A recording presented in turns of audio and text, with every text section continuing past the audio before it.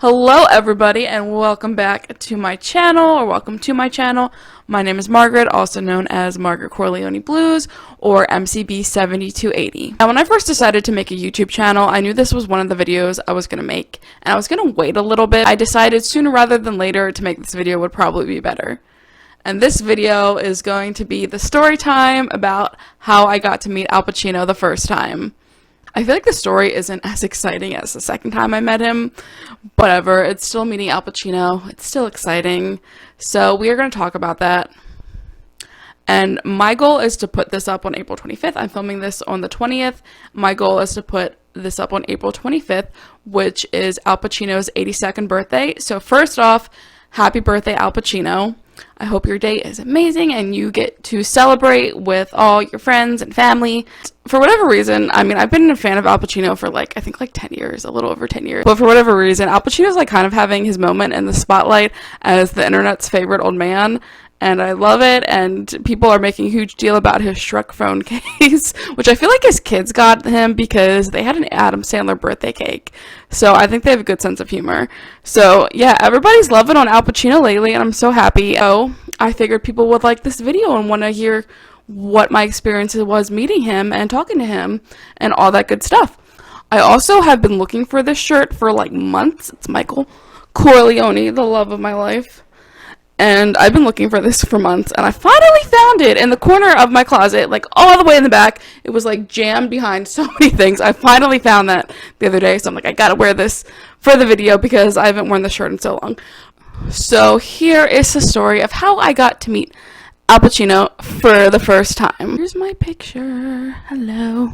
So like I said, I've been a fan of Al Pacino for over a decade, and when you like a celebrity, you kind of fantasize about meeting them or whatever.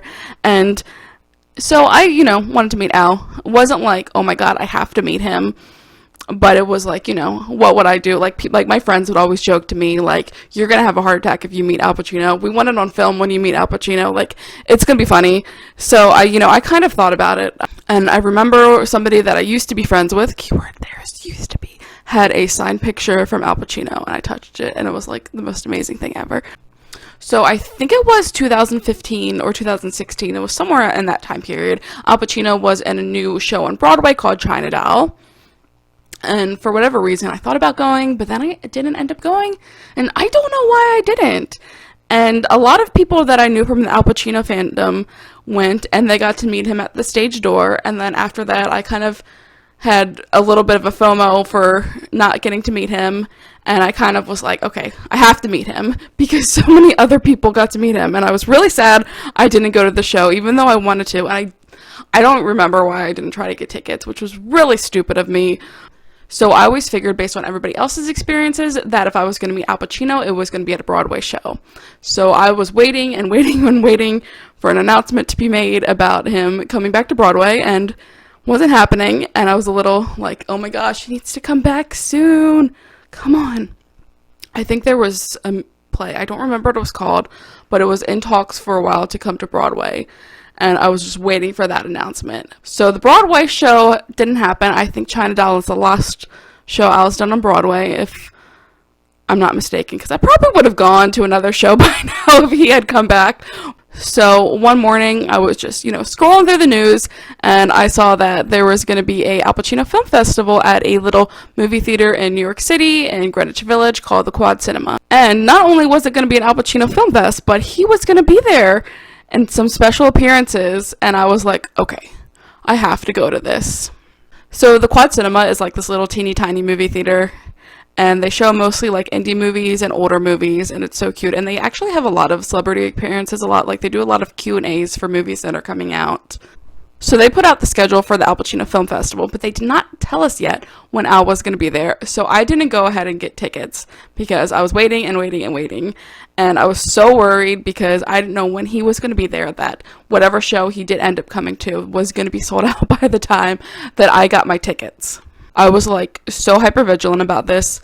I set all these notifications on my phone for any time the Quad Cinema posted on any social media, and every time they posted, I would just be frantic. Sold their tickets through Fandango, so I made sure I had the Fandango app on my phone and that I had it logged in and set the second that they announced. So the film festival, I think, was going on for 3 weeks, I want to say, and it was just about to be the week before it started, and finally they announced the showings, and Al Pacino was going to be there, I think, 3 days? I'm pretty sure it was 2 or 3 days. Now I don't remember. I think, or was it 3 performances? I think it was 3 movies. But one of the shows he was going to be there was Sea of Love, which is directed by Harold Becker. And I wasn't a huge fan of the movie at the time, but I was like, okay, get my tickets for this show. Because I think it was like The Soonest or something. I can't remember. Or it was the movie that I had actually liked the most, even though I was kind of hoping he was going to be like there for The Godfather or Dog Day Afternoon or The Panic at Needle Park. So I was like kind of disappointed in the time, but I got my tickets anyway. I got my tickets and I was like crying hysterically, and I think I had to wait like 3 more weeks to actually be able to go see Al Pacino, and I was like doing countdowns every day. It was going to happen. I was so excited. So I waited like 3 weeks to be able to actually go to the show. So I live like 3-4 hours-ish away from New York City. So we took the train. I went with my mom. We took the train up to New York. And it was kind of cool because on the way there, we went through Philadelphia. And we saw the football stadium that Bruce Willis works in, what's it called? Unbreakable. And then the second we got to the hotel, Unbreakable was on TV. And then an Al Pacino movie came on after. So it was kind of cool. It was kind of like, I feel like this is a sign or whatever. The movie, Al Pacino movie, that was almost Pirates of Somalia. I think he's only like at the beginning and the end of that movie. I haven't seen the whole thing. I've only seen like bits and pieces of it. So finally we walked to Greenwich Village and we get to the Quad Cinema. And it's like the tiniest little movie theater. It's so freaking cute. If you are in the New York area, I definitely recommend trying to go see a movie at this place. So we got there like, I want to say at least an hour early, maybe not more. And we gave them our tickets and they gave us a number to line up with. So it was really a good thing that we ended up getting there super early.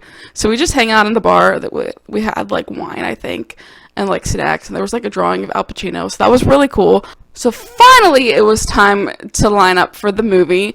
And the director was going to be there.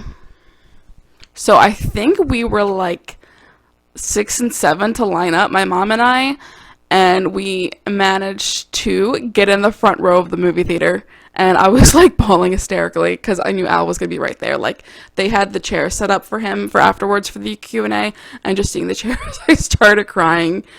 So the director was actually there too, Harold Becker, which was pretty cool. And then this was one of my other favorite parts of the story.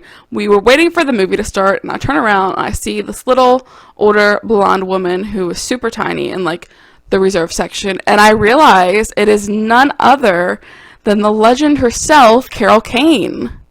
Carol and Al, I think they've been working together for like 50 years. They were in a play on Broadway with John Cazale. I'm so mad I can't remember what it was, but it's some movie that's like an allegory for Hitler or something. I'll look it up. But I see Carol Kane, and I love her. I'm a huge fan of her. Her and Al Pacino are friends.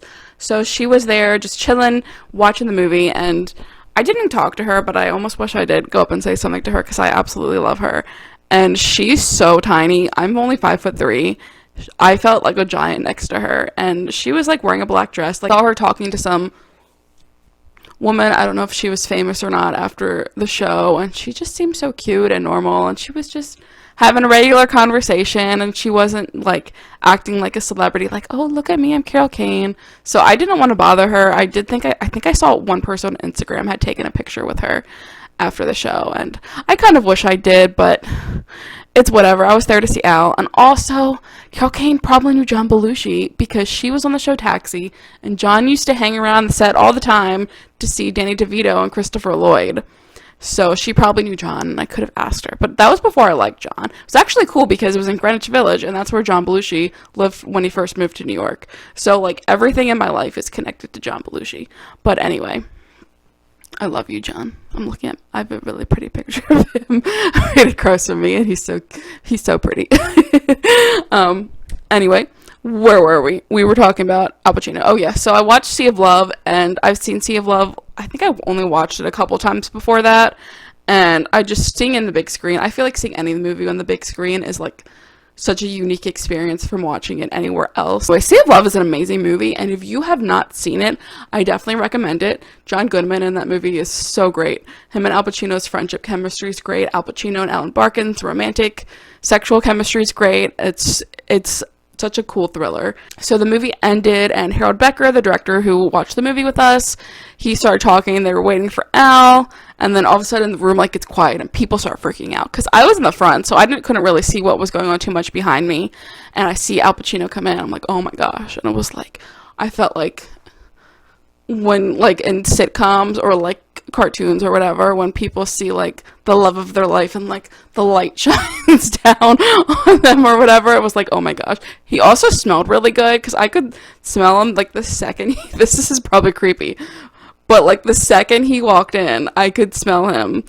It was like this vanilla, like almost like vanilla-y cigar smell, and I don't really know what it was, but it smelled really freaking good. And that probably sounds creepy, but like literally the second he walked in, like he was far away from me, I could smell. I can't say that seriously. I like see Al and I'm like, oh my god. I think I said oh my god out loud, and I'm like bawling, I'm crying. And I think my mom, I'm like trying to take pictures, I'm like crying, and he's talking about the movie. And because Sea of Love, Al Pacino took a really long acting break for like several years. I think it was like right after Scarface. I think he did like another movie after Scarface, and then he took an acting break, and this was the movie that got him back into acting. He was dating Diane Keaton at the time, and she wasn't very happy with him because he was like running out of money, and she was like, okay, you need to do something, you need to get back into acting, something like that. And she's like, okay, I got the script for you. I think Dustin Hoffman was considered for the role too. They're like always after the same roles. I can't remember, but yeah. Anyway, Diane Keaton got him this role, got him the audition for this role, and succeeded. And this was kind of like his big comeback into the movie. And I think it did good when it came out. I'm not sure, but it's a really good movie, and I recommend it. And then he won his Oscar only a couple years later. But yeah, so Al Pacino was talking about that. He was talking about, Diane Keaton getting him the audition and script and stuff, and just random questions, and about John Goodman, and it's another John Belushi connection because John Goodman's in Blues Brothers 2000. Yeah, the Q&A happened, and then the Q&A ended, and there was like this little hallway in the corner of the theater that led to the bar, I think, because that's where like Al Pacino was going to hang out with his friends afterwards. I was on like the opposite side of me because I was like in the front, and I think it's like their easy way to like smuggle out the actors, the famous people that come in. But some guy who like had apparently worked with Al on The Irishman, he was like an extra or something. He was a little bit rude. He like pushed his way through everybody and like took a picture with Al, and then other people were trying to get to him, and the security just kind of gave up at that point, and they smuggled him out. I was like, oh, he's gone. I was grateful that I got to see him. I was like, I don't really need a picture because I at least got to see him, and that means more than like anything, just being in the same room and getting to hear him talk and all that good stuff. So my mom and I went back out to the lobby, and they were lining up because they were actually going to be showing Revolution. It was the last movie Al Pacino did before he took his acting break, and it was kind of like a colossal box office failure, and that was when he was like, okay, I need a break. So him and the director Hugh Hudson, they were doing a Q&A at the beginning of the movie, and so people were lining up for that. And then I think there was like some indie movie premiering in one of the other theaters, so there was like a ton of people there. And my mom and I were kind of waiting around the theater, like, in case Al came out or whatever, and we were just kind of standing around, and I was like, okay, I made the excuse and I had to use the bathroom, and I wanted to wait till like the lobby cleared out, and finally, so we wouldn't have to leave just yet, because my mom kept being like, oh, do you want to go now? I'm like, no, I'm gonna wait to use the bathroom. So the lobby had mostly cleared out by this time, and there was this guy standing in the corner. So let me preface, this was actually Easter weekend. I think this actually, was it a Thursday? I think it was a Thursday. Oh yeah, so this was Easter weekend, and this happened on Holy Thursday, so there was actually a lot of people who actually didn't end up showing up to the show because, you know, they were starting to get ready to travel for Easter the next day. Like, my mom and I left on the train the next day, and it was, like, completely packed, and they're like, you know, this train's gonna be completely full because it's a holiday weekend, just bear in mind. So I think a lot of people didn't end up showing up to Revolution because I thought it was sold out. My mom and I were standing around, and there's this guy who's just kind of standing there, and he's like, hey, I have an extra ticket for the showing of Revolution. I was like, and he only had one, and I kind of felt bad because my mom was with me, and finally she was like, okay, you know, it's fine, you know, this means a lot to you, just go, I can just sit out here and eat popcorn and, you know, chill out, text everybody the gossip that you're seeing Al Pacino again. And so yeah, thankfully my mom was understanding and let me go see and was willing to wait for me because that really was important to me and meant a lot. So thank you, Mom, if you see this. So like I said, it was Easter weekend, so there was a lot of people who didn't end up showing up. So like the theater was really empty, and I ended up sitting in the front row again, which was super exciting. And I finally promised it's gonna start getting good. So I was, you know, chilling in my seat, and then my mom texted me that Al Pacino came up to her.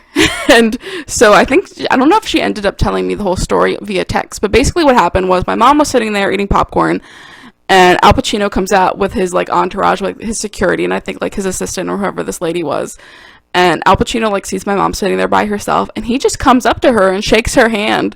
And my mom said to him something like, oh, Mr. Pacino, I love you, or something like that. He was just smiling. Like, he was in a really good mood that night, and he was just very happy, which was really great to see. So that was super cool, because my mom was the only one in the lobby at that time. He, like, went up and said hi to my mom, which I think is super cute. So then he comes back in the theater, and I waved to him, and he waves to me back, which, like, I died. And so before the movie, so him and Hugh Hudson, they were doing Q&A, kind of talking about the movie, and Al talked about, like, why it was important for him to show the movie and talk about it, even though it was one of, like, his failures, which was really cool. And not a lot of people in the theater had actually seen the movie, so they just kind of did a general Q&A, which was pretty fun. I didn't get to ask him anything, and I kind of wish I did, but I just couldn't think of anything. If it was like The Godfather, I probably would have thought of, like, a million questions to ask, but I could not think of anything. I was just like, oh my god, just like, it was like being in the presence of God. I'm sorry. I just could not think of. I would have asked if he met John Belushi now. No, that would have been dumb. But so finally the Q&A is wrapping up, and this time I'm actually sitting in front of that hallway that leads to the bar that Al Pacino went to. So I was ready. I had my camera out. I figured he was going to walk by me, and I was going to jump up and be like, hey, can I take a picture with you really quick before you go in? And I was so ready. And he did not go that way. He actually went out by way of the actual entrance to the theater, just like he had come in. And I was sitting there, and I was just thinking, I'm like, oh my gosh, I missed my chance. But then I'm like, follow him. Follow him. I look scary when I say that. Follow him. I'm like, okay, follow him. Gotta follow Al Pacino. So he is walking out with he has like these two big security guards, and there's this woman with him who I think was his assistant. She was like on an iPad and like talking about his schedule and all this stuff, and I was like terrified, and I kept saying, and so finally I kind of like followed him out and of the theater, and we kind of got to the lobby, and I was just like, oh my god, what do I do? And I kept saying, Al, can I take a picture with you? Al, can I take a picture with you? And I was like so terrified, and I didn't want to speak up, and I was so nervous. I mean, this is like Al Pacino, you know, he is the love of my life and my favorite actor and like one of my idols. All of this besides John Belushi. And so like this was like huge for me. Like, this is Al Pacino. And thank God his assistant, this woman with him, was like, Al, can she take a picture with you? I think she seemed kind of annoyed. And finally she was like, Al, can she take a picture with you? And all of a sudden he like realizes that I'm like behind him. I was so terrified. It was like a split second before he answered, and that was like one of the most nerve-wracking moments of my life. I'm like, what if he says no? And he's like, yeah. Oh my gosh, this is so fun to remember. And I'm like, oh my god. And just like everything that happened after that was such a blur. And I got my phone out, and his assistant was like, oh, I can take the picture. And I said in front of Al Pacino, I said, oh, I can just take a selfie. I don't know what the heck was wrong with me, with my brain at that moment. And I'm like, oh, I'll take a selfie with the greatest actor of all time. Like, imagine meeting, like, the most legendary person in the world, one of the most legendary people ever, and you say to them, I'll just take a selfie. I'm sorry. I'm an idiot. Oh, I get my pic camera, and I actually had a Michael Corleone phone case at the time. Right now I have the Blues Brothers. That case actually broke, and I kind of miss it. But I love seeing my boys every day. So Al, like, flings his arm around me. I feel like he was probably happy because I'm a lot shorter than him. And he was like, oh, finally, I'll look tall next to somebody. I'm just joking. I'm half joking. Maybe he's thought that. But yeah, so he, like, flings his arm around me. He was so happy. He's cheesing in the picture. And I was like, thank you so much. I love you so much. And it's just like my brain was just like, I don't even know how to react. And I just thankfully said something sane and wasn't like a word salad or something like crazy. But I was like, what did I say? I was just like, you're my favorite actor. You mean the world to me. I love you so much. Blah, blah, blah. And, you know, we took the picture. And then we kind of, like, stared at each other for a couple seconds. And then I'm like, do this next. My brain's like, you have to do this right now. So I said, can I have a hug? And he was like, yeah. And I was like, oh, my gosh. And he just, like, pulled me in. He just, like, pulled me in for, like, this really super tight hug. And I was just, like, frozen. And I didn't know how to react. I was like, oh, my God. And then he was just so happy. He just seemed so appreciative that, like, people were there and people were, like, so appreciative of his films and everything. He was in a great mood, and he was so cute, and I love him. And, oh, then finally, this was the best part. So he's walking away, and then I yell, I love you! And he turns around and he goes, I love you too! And waves to me. And I will brag about that to the day I die, that Al Pacino told me he loved me. That is my biggest flex in life, that Alfredo James Pacino told me that he loves me. And I will always talk about that till the day I die. It was, oh my gosh. And it was actually really cool because we were in the lobby, so my mom actually got to witness this whole thing. And she was just, like, kind of watching. And then I went back and watched Revolution. And I sent, like, everyone the pictures. I was, like, posting it everywhere. I got out of the movie to, like, a billion notifications and texts from, like, the most random people being like, I heard you met Al Pacino, what? And then my mom texted me, oh, I heard him say he loves you. And so I have the evidence of that. If anyone doesn't believe me, I'm just kidding. Yeah, so I have evidence of that. It was really cool because, yeah, my mom got to see it.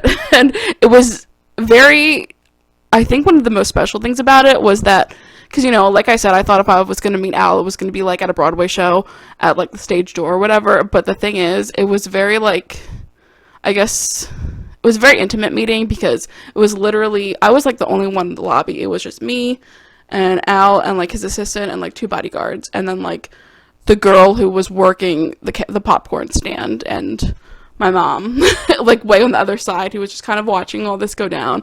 So it was really special that this happened in, like, this kind of almost empty room, and it wasn't like a ton of fans piling around him. So I just kind of got, like, this little special moment with my favorite actor to myself, and I will always be grateful for this experience and this moment, and for Al for being just so sweet to me and so appreciative and kind and willing to put up with me being annoying and taking my picture. And I will love that man until the day I die.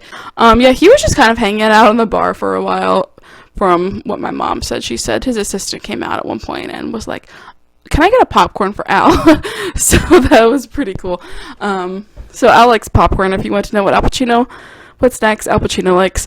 Yeah, Al Pacino is so nice and so sweet, and he is so talented, and I love that he's just so appreciative. I think he knows.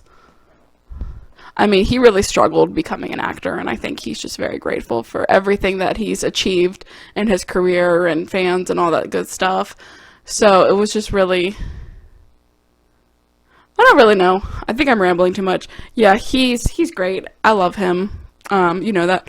And I think that's all I got to say. Just, you know, if you want to meet your idol, there's nothing stopping you. It's possible. I always see people saying, "Oh, I really want to meet this actor or this actress or this singer," and I probably won't. I'm like, you know, you can do it. You can do it. Just gotta have the right circumstances. Just gotta have the universe on your side. So anyway, that was my story. I think I left all the important details in. That was my story about the first time I met Al Pacino, and I met him a second time. That was at the Irishman premiere at the New York Film Fest, and I think that story is like way crazier than this one. Not like the meeting Al, but just like everything that surrounded that. So I really want to make that video too. So let me know when you want me to post that or when you want me to make it, and so because that was super cool. But yeah, I hope you enjoyed, and I hope you subscribe, and I hope if you want me to make any other videos about like my favorite Al movies or favorite performances of his or roles that I recommend to people or movies that I recommend to people just like getting into his movies or my most underrated movies of his, you know, I could talk about him for hours. So really, just let me know what you'd like to hear from me, and I can't wait to make more videos for you guys. And, you know, I'm really enjoying filming. And anyway, I hope you guys have a great day, and I hope you will like and comment and subscribe. You know, let me know what your favorite Al Pacino movie is in the comments, and let me know if you've have any other celebrity meeting experiences. I have a few more. They're probably not as interesting as Al Pacino. Like, I met Colin Mockery and Brad Sherwood from Whose Line Is It Anyway? Yeah, a few more people, so I could probably make some other videos if you'd like, but definitely the Irishman Film Fest video will be an eventual video, so please make sure to like and comment and subscribe, and like I said, let me know your favorite Al Pacino movie, let me know what celebrity you'd most like to meet in the comments, let me know what celebrities you have met. Anyway, I hope you have a great day, and I hope you enjoyed this video, and like I said, I'm trying to post this on Al Pacino's birthday. So happy birthday, Al. I hope your day is amazing. Hope you enjoy being 82 years old. I hope we will get many more birthdays and many more films from you, and maybe a few more Oscars in the future. And happy birthday, and thank you for existing. Thank you for your art. Thank you for your acting. Thank you for sharing yourself with the world and all that good stuff. And I hope everybody has a great day. And of course, we have to end the video with little Jake. Little Jake and I say bye.